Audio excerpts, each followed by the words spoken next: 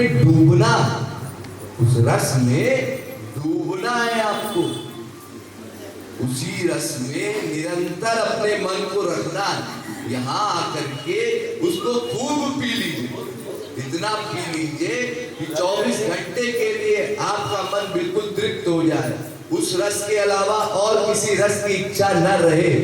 और फिर उसके बाद जैसे ही लगने लगे कि संसार हावी हो रहा है, फिर से उस रस में डूब जाइए। यानी अपने मन को संसार में जाने का बहाना मत दीजिए। संसार में मन कब जाता है? जब मन भगवान में नहीं होता। दो ही एरिया है, आप गवारी भाषा में समझिए, दो ही जगत है, एक माया का जगत, एक भगवान का जगत। तो अगर आपका मन माया के जगत में है तो नेचुरल रूप से भगवान के जगत में नहीं होगा। अगर भगवान के जगत में माया का अटैचमेंट है तो माया के जगत में नहीं होगा। तो हमारा मन इस समय माया के जगत में अटैचमेंट है हमारा। आप लोग कहते हैं जी मेरा मन तो ना भगवान में ना संसार में, ये बेवकूफों का संसार। मन कहीं तो रहेगा, मन संसार में है, आप एडमिट नहीं करते।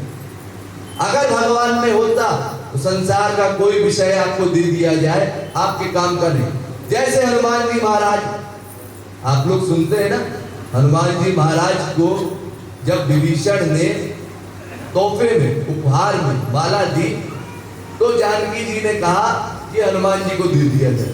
हनुमान जी ने लिया, देखा मेरे काम की चीज नहीं, फेंक दी, हमारे काम की चीज नहीं है।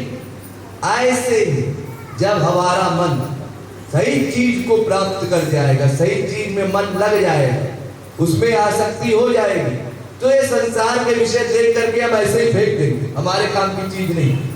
और अगर करेंगे भी तो मजबूरी में, उसमें मन का लगाव नहीं होने पाएगा। देखिए मैंने बार बार आपको सचेत किया है कि मन के लगाव से आपको खतरा है।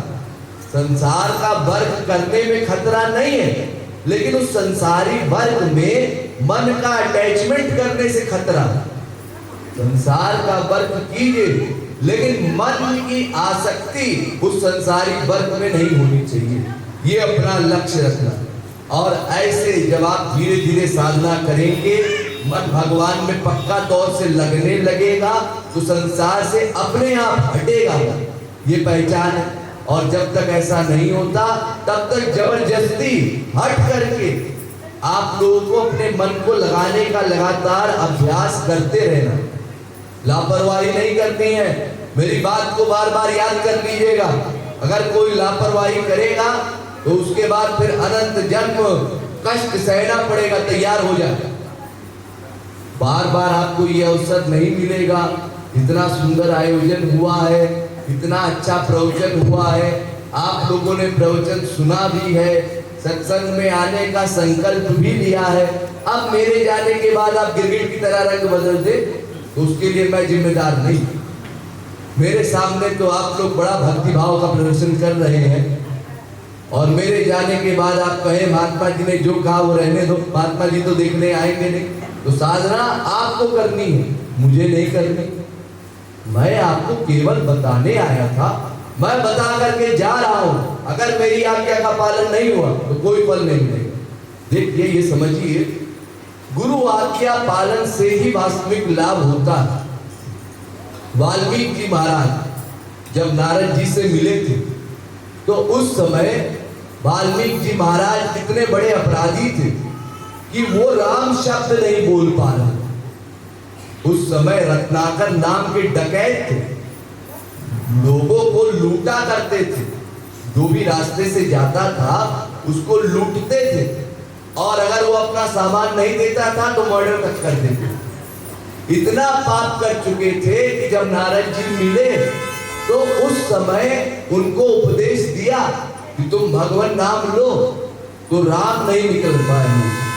यानी इतना अधिक अपराध कर चुके थे कि दो शब्द का इतना सुंदर मीठा नाम है, इतना सरल नाम है राम, वो बेपढ़ा लिखा भी बोल सकता है और बाकी शब्द बोल सकते थे, लेकिन राम नहीं बोल पा रहे। सोचिए इतना बड़ा अपराध। और फिर भी गुरु की शरणागति की, गुरु से प्रार्थना की, नारद जी महाराज, गुरु जी मैं कोशिश कर रहा हूं लेकिन राम नहीं निकल रहा मुझसे, आप मेरे गुरु हैं, आप मेरा मार्गदर्शन कीजिए, मैं क्या करूं। ध्यान दीजिए आप लोग, हॉर्न कोई भी बजा रहा हो, आपको हॉर्न से काम है नहीं ना, तो क्यों उस तरफ देख रहे हैं? ये हम लोगों का भोलापन है, लापरवाही है। वहां कुछ हो रहा हो आपको मतलब नहीं। मैंने आपको बताया ना, यहाँ जब आप लोग बैठ जाइए तो भूल जाइए आप संसार में बैठे। अगर आपको अभी भी भान रहता है तो फिर तो आप अपने घर में चलिए, वहां भले अच्छे हैं। यहाँ पर क्यों आए आप? भगवान की भक्ति करने के लिए। समझ लीजिए, भगवान की भक्ति करने आए हैं तो लापरवाही नहीं करेंगे। जैसा गुरु जी बता रहे हैं उस अनुसार 100% वर्क हम लोग करेंगे।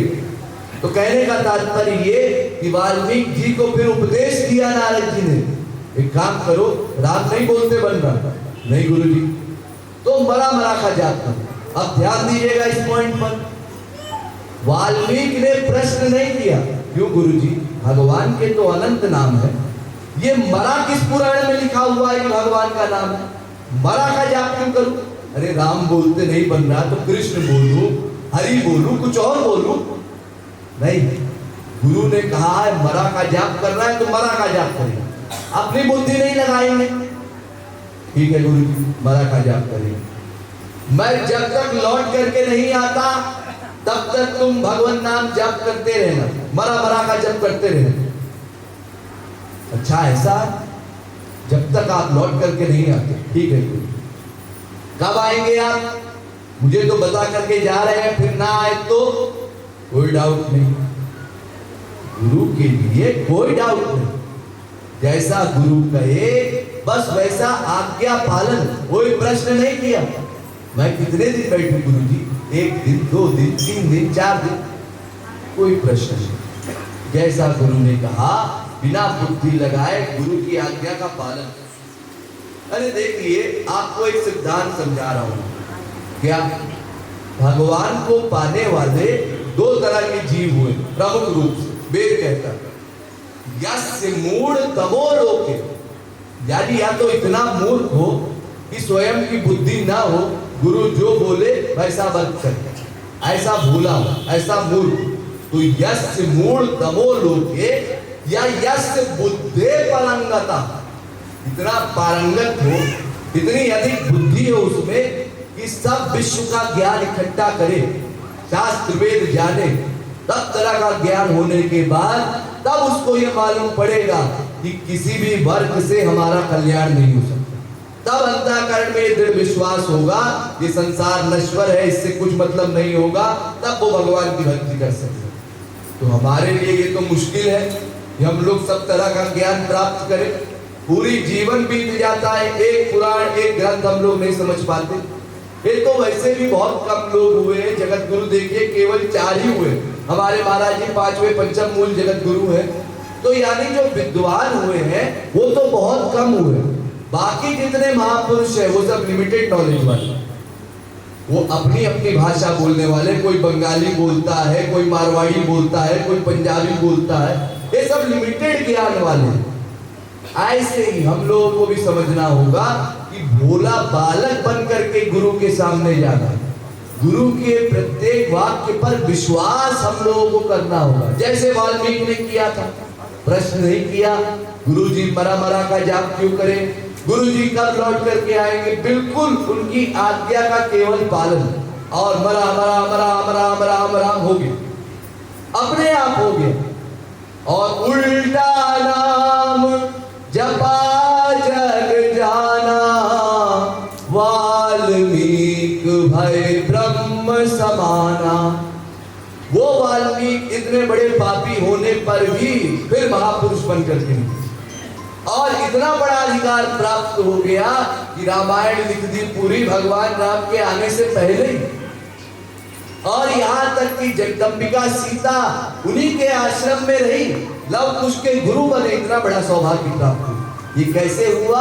भगवान की भक्ति के बल से, गुरु के प्रति निष्ठा के बल से। तो ऐसे ही हम लोगों को भी समझना होगा, जब तक हम गुरु के प्रति निष्ठावान नहीं होते, गुरु के प्रति शरणागत नहीं होते और भगवान की भक्ति नहीं करते, साधना नहीं करते, तब तक हम भगवत प्राप्ति की या दुख हमारे समाप्त हो जाए ऐसी कोई आशा रखना बंद कर दे। उसके लिए हमको प्रयत्न करना होगा। शुरू शुरू में आलस भी आएगा, दुआएं आएगी, आप लोगों को बहुत मन नहीं करेगा यार, कोशिश तो कर रहे हैं लेकिन मन नहीं लगता, या लगता भी है तो 10 मिनट 15 मिनट 1 घंटा 1.5 घंटा, बस इतना ही। घबराइए मत।